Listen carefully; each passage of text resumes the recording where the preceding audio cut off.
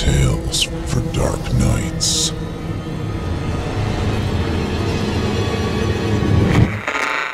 Want to make sure you never miss a Chilling Tales for Dark Nights video again? Be sure to subscribe and hit that bell to turn on notifications.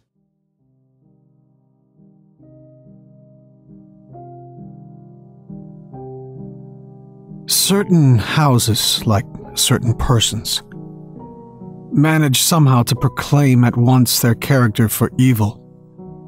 In the case of the latter, no particular feature need betray them. They may boast an open countenance and an ingenious smile, and yet a little of their company leaves the unalterable conviction that there is something radically amiss with their being, that they are evil. Willy-nilly, they seem to communicate an atmosphere of secret and wicked thoughts which makes those in their immediate neighborhood shrink from them, as from a thing diseased. And, perhaps, with houses the same principle is operative. And it is the aroma of evil deeds committed under a particular roof long after the actual doers have passed away that makes the goose flesh come and their hair rise.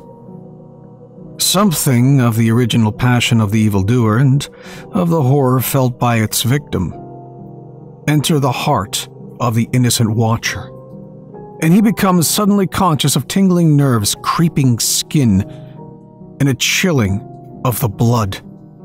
He is terror-stricken without apparent cause.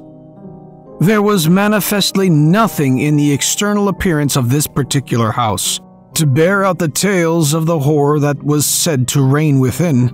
It was neither lonely nor unkempt. It stood crowded into a corner of the square, and it looked exactly like the houses on either side of it. It had the same number of windows as its neighbor, the same balcony overlooking the gardens, the same white steps leading up to the heavy black front door, and in the rear there was the same narrow strip of green, with neat box borders running up to the wall that divided it from the backs of the adjoining houses. Apparently, too, the number of chimney pots on the roof was the same, the breadth and angle of the eaves, and even the height of the dirty area railings. Yet this house in the square, that seemed precisely similar to its 50 ugly neighbors, was, as a matter of fact, entirely different. Horribly different. Wherein lay this marked invisible difference is impossible to say. It cannot be ascribed wholly to the imagination, because persons who had spent some time in the house, knowing nothing of the facts, had declared positively that certain rooms were so disagreeable they would rather die than enter them again, and that the atmosphere of the whole house produced in them symptoms of genuine terror. While the series of innocent tenants who had tried to live in it and had been forced to decamp at the shortest possible notice was indeed little less than a scandal in the town. When Shorthouse arrived to pay a weekend visit to his Aunt Julia in her little house on the seafront at the other end of town, he found her charged to the brim with mystery and excitement. He had only received her telegram that morning, and he had come anticipating boredom, but the moment he touched her hand and kissed her apple skin wrinkled cheek, he caught the first wave of her electrical condition. The impression deepened when he learned that there were to be no other visitors, and that he had been telegraphed for with a very special object. Something was in the wind, and the something would doubtless bear fruit for this elderly spinster aunt, with a mania for psychical research, had brains as well as willpower, and by hook or by crook, she usually managed to accomplish her ends.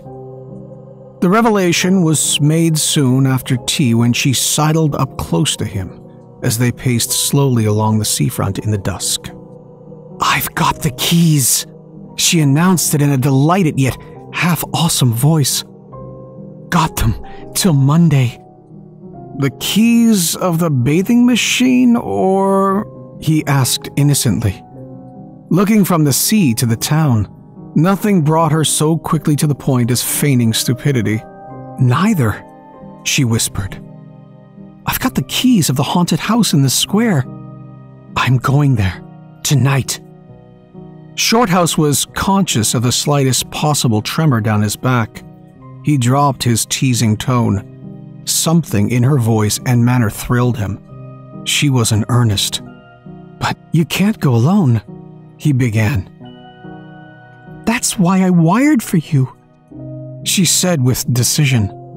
He turned to look at her. The ugly, lined, enigmatical face was alive with excitement. There was the glow of genuine enthusiasm round it like a halo. The eyes shone.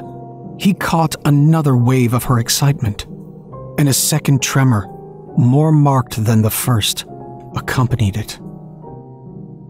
"Thanks, Aunt Julia," he said politely. Thanks awfully." "I should not dare to go quite alone," she went on, raising her voice. "But with you, I should enjoy it immensely. You're afraid of nothing, I know." "Thanks so much," he said again. Is anything likely to happen?" "A great deal has happened," she whispered, "though it's been most cleverly hushed up. 3 tenants have come and gone in the last few months, and the house is said to be empty for good now." In spite of himself, Shorthouse became interested. His aunt was so very much in earnest. "The house is very old indeed," she went on, "and the story, an unpleasant one, dates a long way back. It has to do with a murder committed by a jealous stableman who had some affair with a servant in the house. One night, he managed to secrete himself in the cellar, and when everyone was asleep, he crept upstairs to the servants' quarters, chased the girl down to the next landing, and before anyone could come to the rescue, threw her body over the banisters into the hall below. And the stableman was caught, I believe, and he was hanged for murder. But it all happened a century ago, and I've not been able to get more details of the story." Shorthouse now felt his interest thoroughly aroused, but though he was not particularly nervous for himself, he hesitated a little on his aunt's account. "Okay, on one condition," he said at length. "Nothing will prevent my going," she said firmly, "but I may as well hear your condition. That you guarantee your power of self-control if anything really horrible happens. I mean, that you are sure you won't get too frightened." "Jim," she said scornfully. "I'm not young, I know, nor are my nerves, but with you, I should be afraid of nothing in the world." This, of course, settled it, for Shorthouse had no pretensions to being other than a very ordinary young man, and an appeal to his vanity was irresistible. He agreed to go. Instinctively, by a sort of subconscious preparation, he kept himself and his forces well in hand the whole evening, compelling an accumulative reserve of control by that nameless inward process of gradually putting all the emotions away and turning the key upon them. A process difficult to describe, but wonderfully effective, as all men who have lived through severe trials of the inner man well understand. Later, it stood him in good stead. But it was not until 10:30 when they stood in the hall, well in the glare of friendly lamps, and still surrounded by comforting human influences, that he had to make the first call upon this store of collected strengths. For once the door was closed, and he saw the deserted silent street stretching away white in the moonlight before them, it came to him clearly that the real test that night would be in dealing with 2 fears instead of 1. He would have to carry his aunt's fear as well as his own, and as he glanced down at her sphinx-like countenance, and realized that it might be no pleasant aspect in a rush of real terror.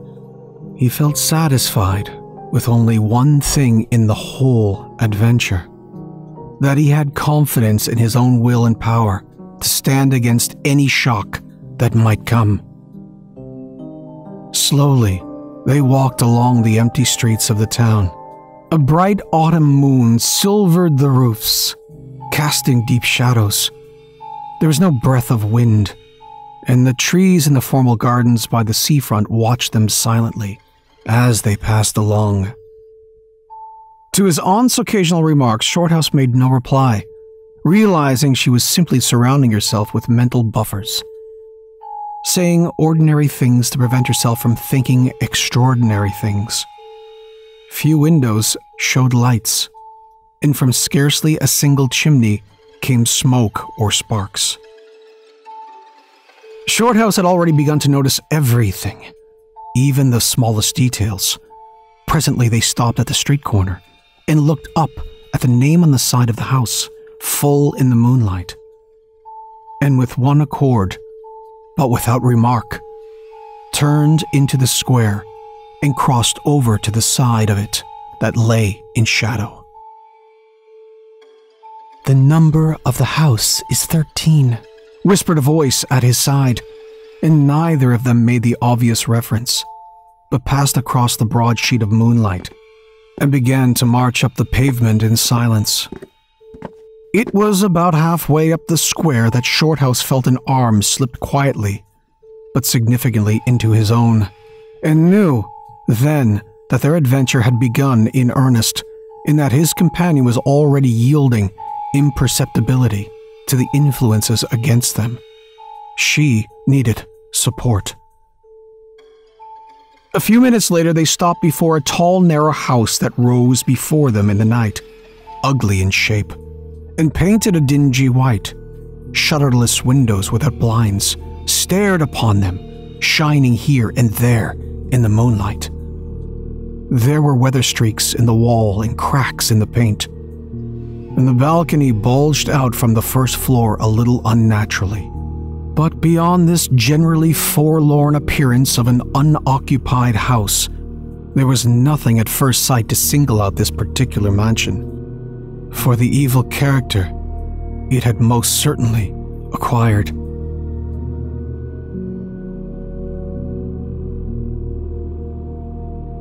Taking a look over their shoulders to make sure they had not been followed, they went boldly up the steps and stood against the huge black door that fronted them forbiddingly.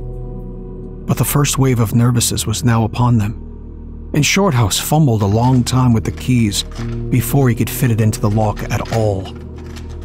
For a moment, if truth were told, they both hoped it would not open, for they were a prey to various unpleasant emotions as they stood there on the threshold of their ghostly adventure. Shorthouse, shuffling with the key and hampered by the steady weight on his arm, certainly felt the solemnity of the moment.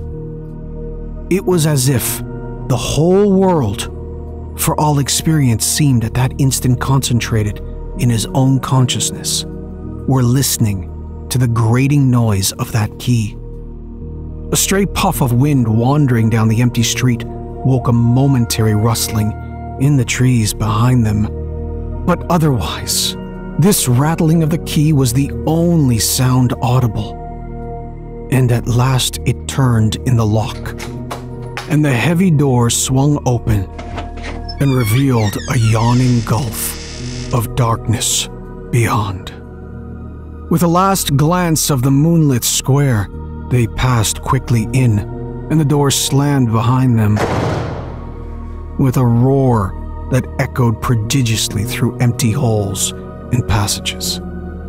But instantly, with the echoes, another sound made itself heard, and Aunt Julia leaned suddenly so heavily upon him that he had to take a step backwards to save himself from falling. A man had coughed close beside them, so close that it seemed they must have been actually by his side in the darkness With the possibility of practical jokes in his mind, Shorthouse at once swung his heavy stick in the direction of the sound, but it meant nothing more solid than air. He heard his aunt give a little gasp beside him. There's someone here, she whispered. I heard him. Be quiet, he said sternly. It was nothing but the sound of the front door.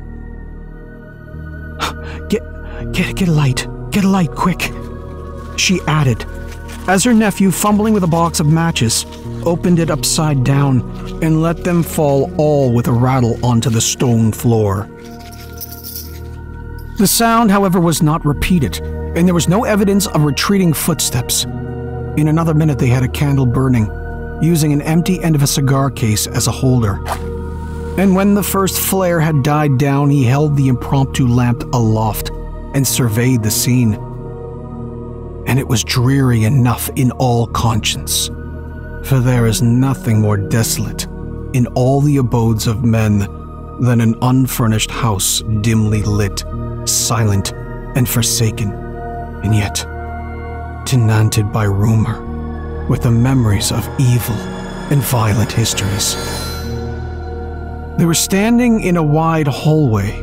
On their left was the open door of a spacious dining room, and in front the hall ran, ever narrowing, into a long dark passage that led apparently to the top of the kitchen stairs.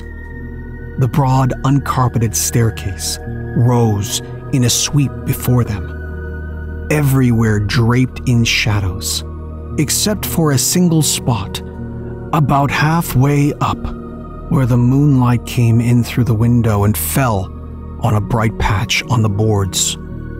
This shaft of light shed a faint radiance above and below it, lending to the objects within its reach a misty outline that was infinitely more suggestive and ghostly than complete darkness. Filtered moonlight always seems to paint faces on the surrounding gloom, and as Shorthouse peered up into the well of darkness and thought of the countless empty rooms and passages in the upper part of the old house, he caught himself longing again for the safety of the moonlit square, or the cozy bright drawing room they had left an hour before. Then, realizing that these thoughts were dangerous, he thrust them away again and summoned all his energy for concentration on the present. "Aunt Julia," he said aloud, severely, "we must now go through the house from top to bottom and make a thorough search." The echoes of his voice died away slowly all over the building, and in the intense silence that followed, he turned to look at her. In the candlelight, he saw that her face was already ghastly pale, but she dropped his arm for a moment and said in a whisper, stepping close in front of him, "I agree. We must be sure there's no one hiding. That's the first thing." She spoke with evident effort, and he looked at her with admiration.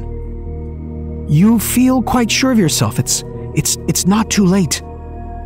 I think so," she whispered, her eyes shifting nervously towards the shadows behind. "Quite sure. Only one thing." "What's that?" "You must never leave me alone for an instant.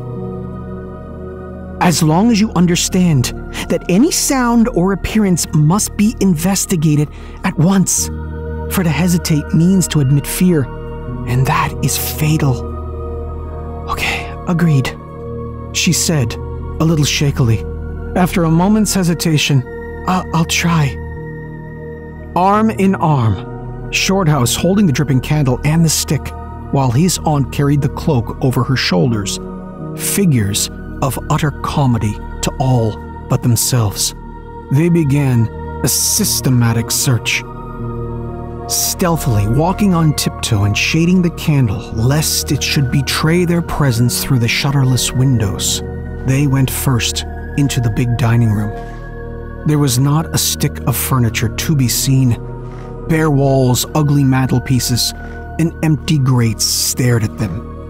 Everything, they felt, resented their intrusion, watching them, as it were with veiled eyes. Whispers followed them. Shadows flitted noiselessly to right and left. Something seemed ever at their back, watching, waiting for an opportunity to do them injury.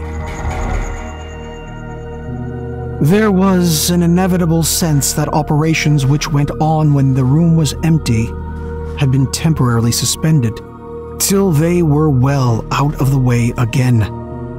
The whole dark interior of the old building seemed to become a malignant presence that rose up, warning them to desist and mind their own business.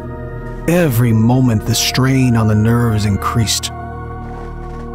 Out of the gloomy dining room they passed through large folding doors into a sort of library or smoking room, wrapped equally in silence, darkness, and dust.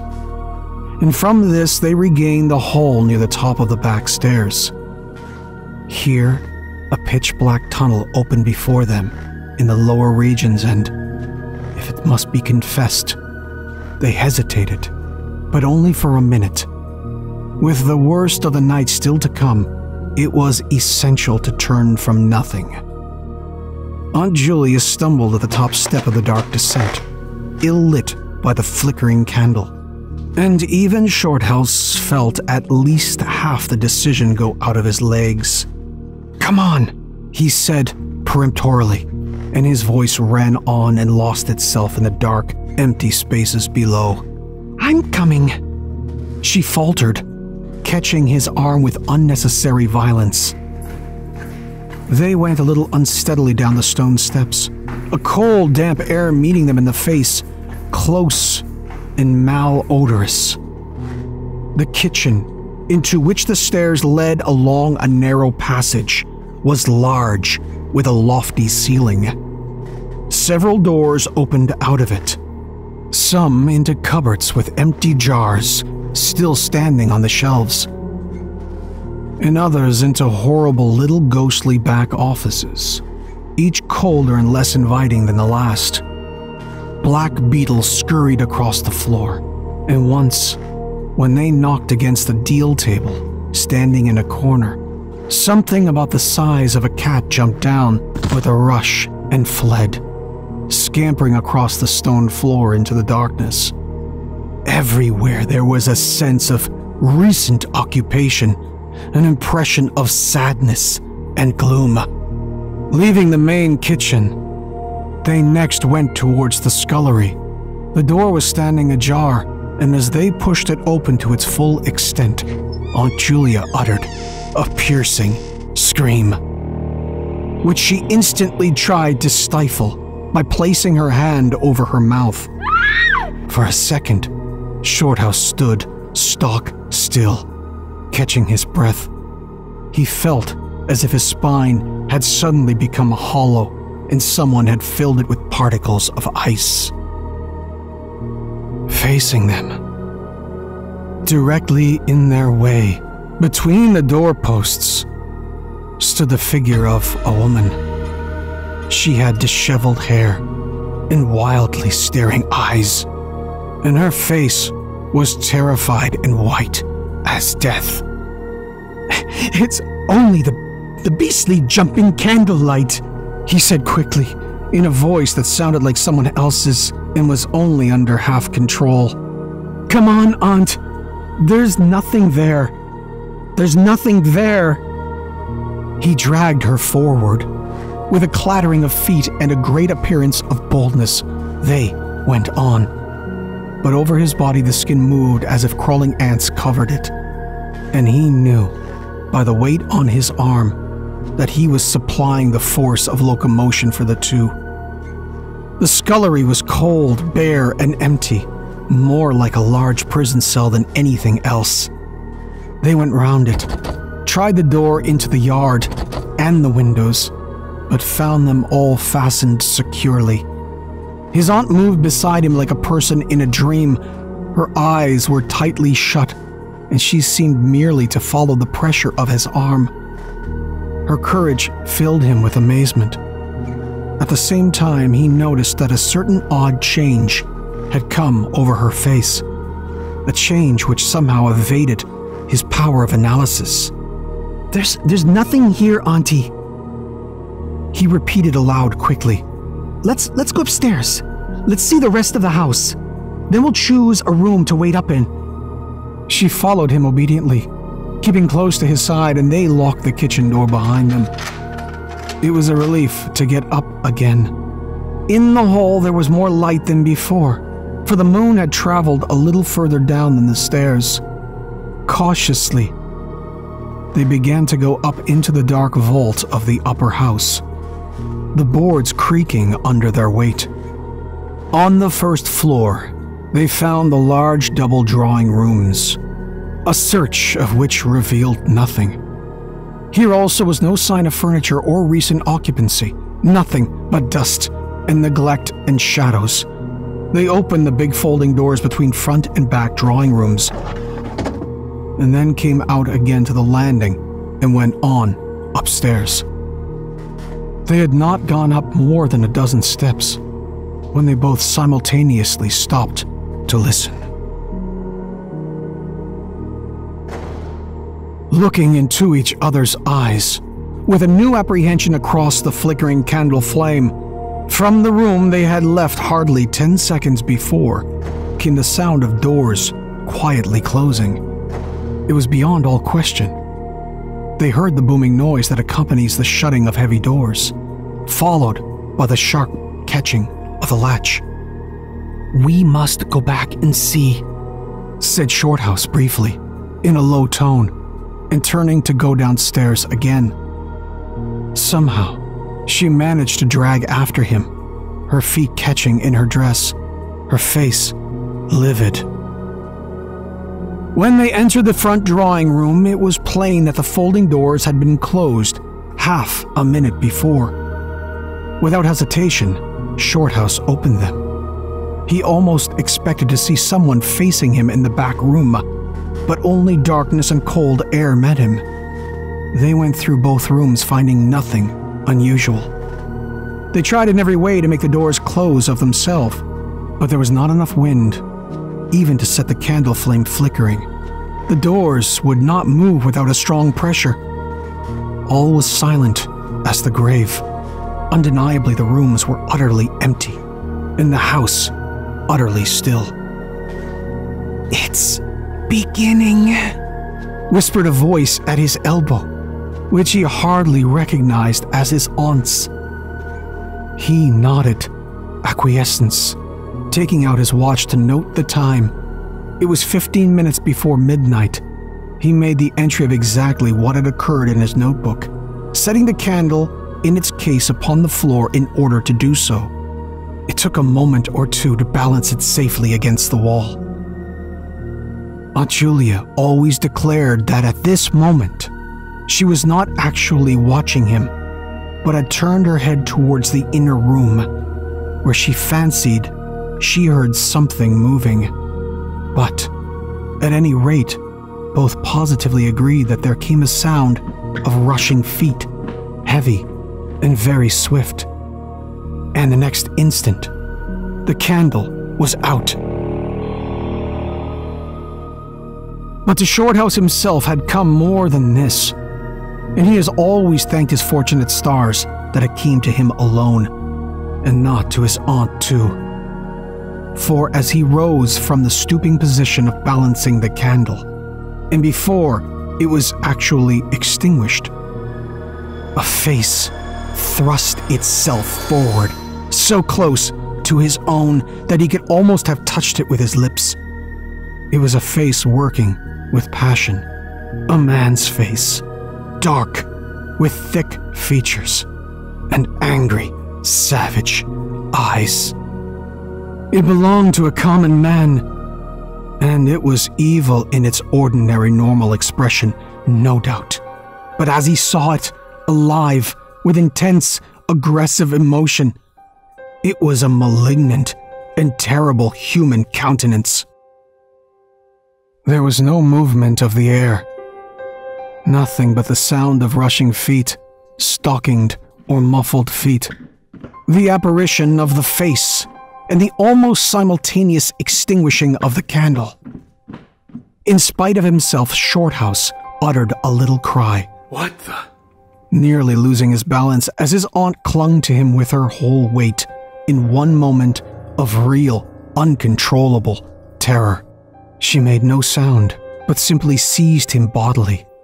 Fortunately, however, she had seen nothing, but had only heard the rushing feet, for her control returned almost at once, and he was able to disentangle himself and strike a match.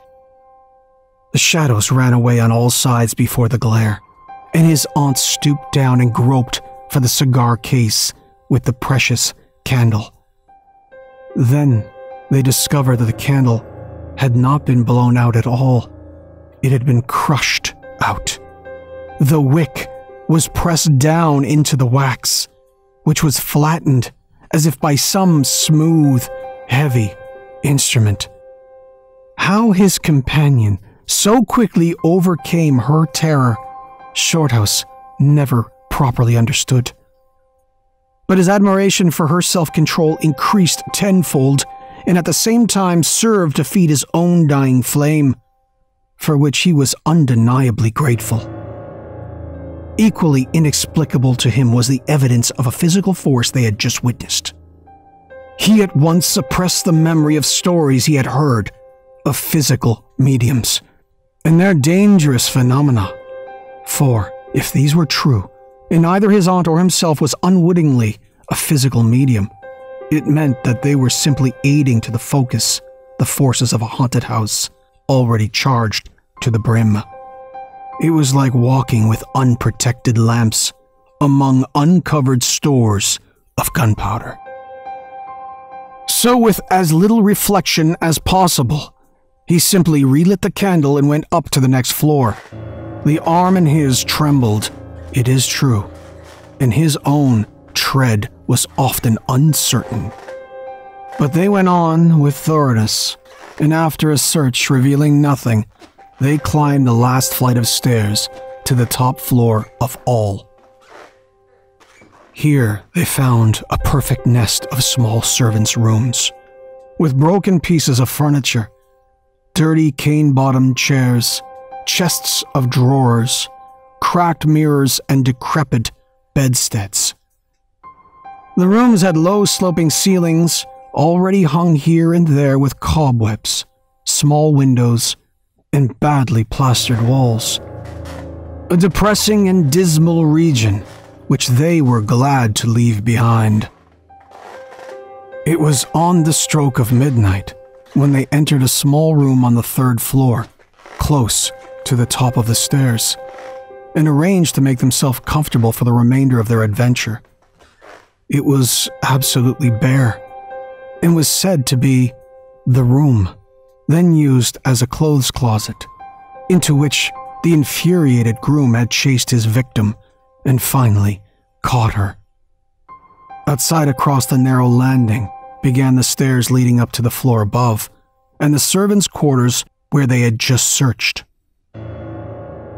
In spite of the chilliness of the night, there was something in the air of this room that cried for an open window. But there was more than this. Shorthouse could only describe it by saying that he felt less master of himself here than in any part of the house. There was something that acted directly on the nerves, tiring the resolution and feebling the will. He was conscious of this result before he had been in the room 5 minutes, and it was in the short time they stayed there that he suffered the wholesale depletion of his vital forces, which was, for himself, the chief horror of the whole experience. They put the candle on the floor of the cupboard, leaving the door a few inches ajar, so that there was no glare to confuse the eyes and no shadow to shift about on walls and ceiling. Then they spread the cloak on the floor and sat down to wait with their backs against the wall. Shorthouse was within 2 feet of the door onto the landing, His position commanded a good view of the main staircase leading down into the darkness, and also of the beginning of the servants' stairs going to the floor above. The heavy stick lay beside him within easy reach. The moon was now high above the house. Through the open window they could see the comforting stars like friendly eyes watching in the sky.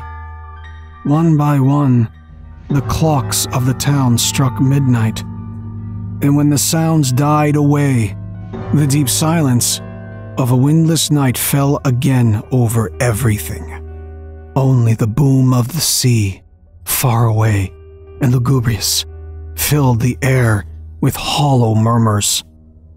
Inside the house, the silence became awful.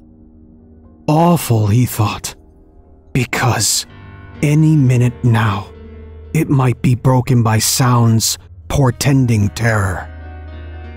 The strain of waiting told more and more severely on the nerves. They talked in whispers, when they talked at all. For their voices aloud sounded queer and unnatural. A chilliness not altogether due to the night air invaded the room and made them cold. The influences against them, whatever these might be, were slowly robbing them of self-confidence. In the power of decisive action, their forces were on the wane, and the possibility of real fear took on a new and terrible meaning. He began to tremble for the elderly woman by his side, whose pluck could hardly save her beyond a certain extent. He heard the blood singing in his veins. It sometimes seemed so loud that he fancied it prevented his hearing properly certain other sounds that were beginning to very faintly make themselves audible in the depths of the house. Every time he fastened his attention on these sounds, they instantly ceased. They certainly came no nearer. Yet, he could not rid himself of the idea that movement was going on somewhere in the lower regions of the house. The drawing room floor, where the doors had been so strangely closed, seemed too near. The sounds were further off than that. He thought of the great kitchen, with the scurrying black beetles, and of the dismal little scullery. But somehow or other, they did not seem to come from there either. Surely they were not outside the house. Then suddenly, the truth flashed into his mind, and for the space of a minute he felt as if his blood had stopped flowing and turned to ice. The sounds were not downstairs at all. They were upstairs. Upstairs, somewhere among those horrid, gloomy little servants' rooms, with their bits of broken furniture, low ceilings and crammed windows. Upstairs, where the victim had first been disturbed and stalked to her death. And in the moment he discovered where the sounds were, he began to hear them more clearly. It was the sound of feet, moving stealthily along the passage overhead, in and out among the rooms and past the furniture. He turned quickly to steal a glance at the motionless figure seated beside him, to note whether she had shared his discovery.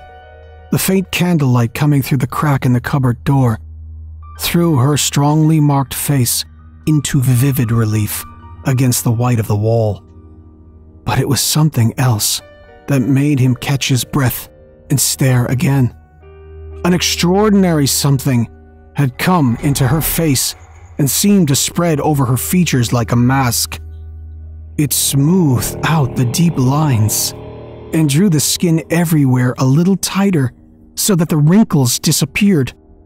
It brought into the face, with the sole exception of the old eyes, an appearance of youth and almost of childhood. He stared in speechless amazement, amazement that was dangerously near to horror. It was his aunt's face indeed, but it was her face of 40 years ago, the vacant, innocent face of a girl. He had heard stories of that strange effect of terror which could wipe a human countenance clean of other emotions, obliterating all previous expressions. But he had never realized that it could be literally true, or could mean anything so simply horrible as what he now saw. For the dreadful signature of overmastering fear was written plainly in that utter vacancy of the girlish face beside him. And when, feeling his intense gaze, she turned to look at him, he instinctively closed his eyes tightly to shut out the sight. Yet, when he turned a minute later, his feelings well in hand, he saw to his intense relief another expression.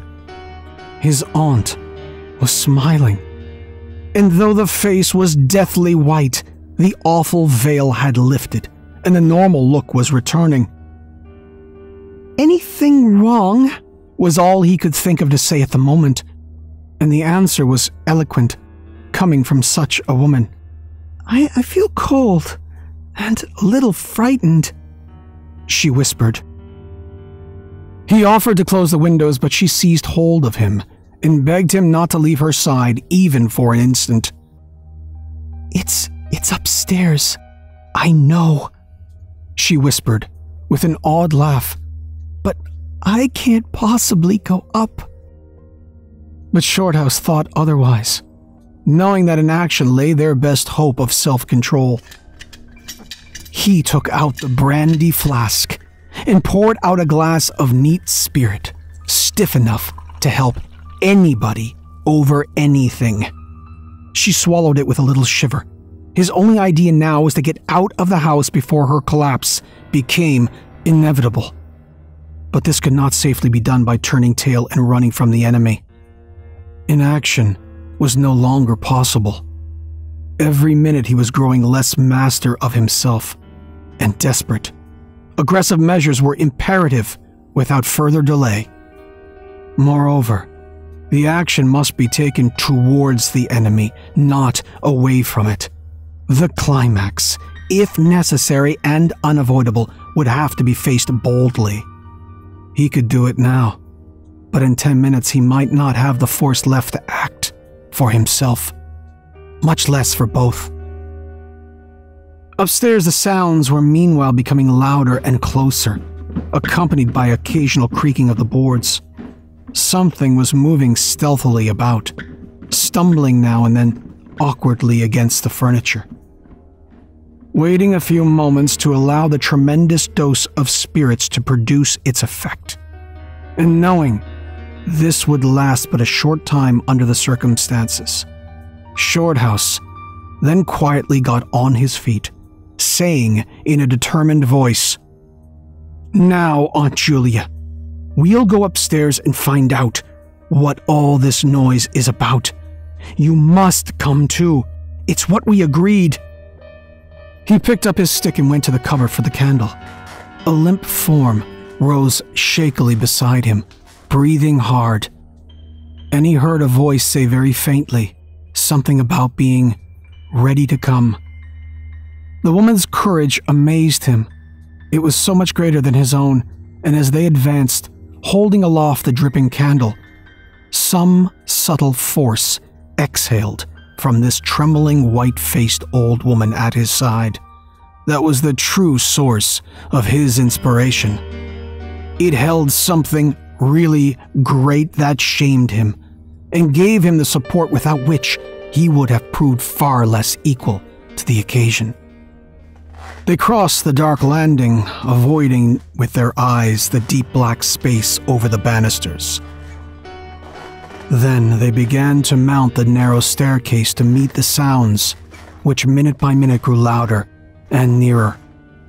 About halfway up the stairs, Aunt Julia stumbled, and Shorthouse turned to catch her by the arm. And just at that moment, there came a terrific crash in the servants' corridor overhead. It was instantly followed by a shrill, agonized scream. That was a cry of terror and a cry for help melted into one. Before they could move aside or go down a single step, someone came rushing along the passage overhead, blundering horribly, racing madly at full speed, 3 steps at a time, down the very staircase where they stood. The steps were light and uncertain, but close behind them sounded the heavier tread of another person, and the staircase seemed to shake. Shorthouse and his companion just had time to flatten himself against the wall when the jumble of flying steps was upon them, and 2 persons, with the slightest possible interval between them, dashed past at full speed. What the hell? It was a perfect whirlwind of sound breaking in upon the midnight silence of the empty building. The 2 runners, pursuer and pursued, had passed clean through them where they stood, and already with a thud the boards below had received first one, then the other. Yet they had seen absolutely nothing, not a hand or arm or face, or even a shred of flying clothing. There came a second's pause.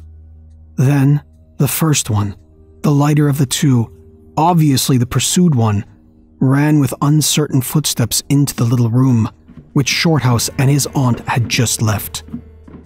The heavier one followed. There was a sound of scuffling, gasping, and smothered screaming, and then out onto the landing came the step of a single person, treading weightily.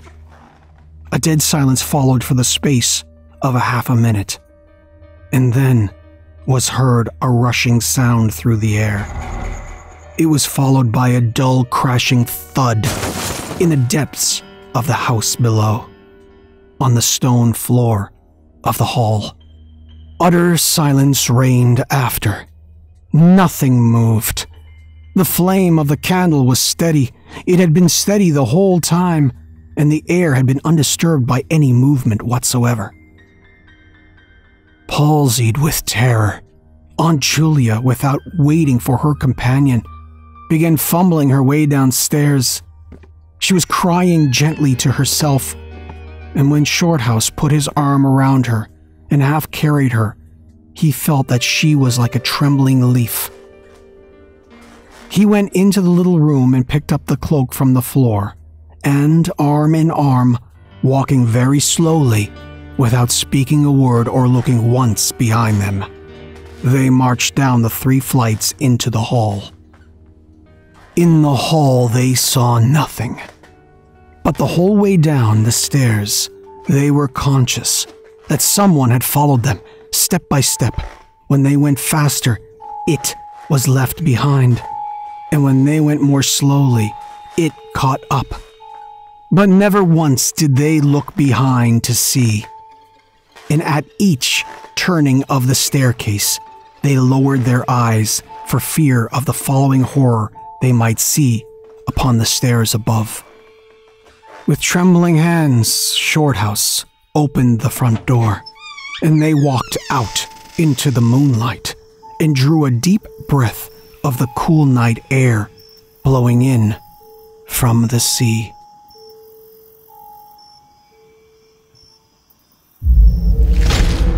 Chilling tales for dark nights.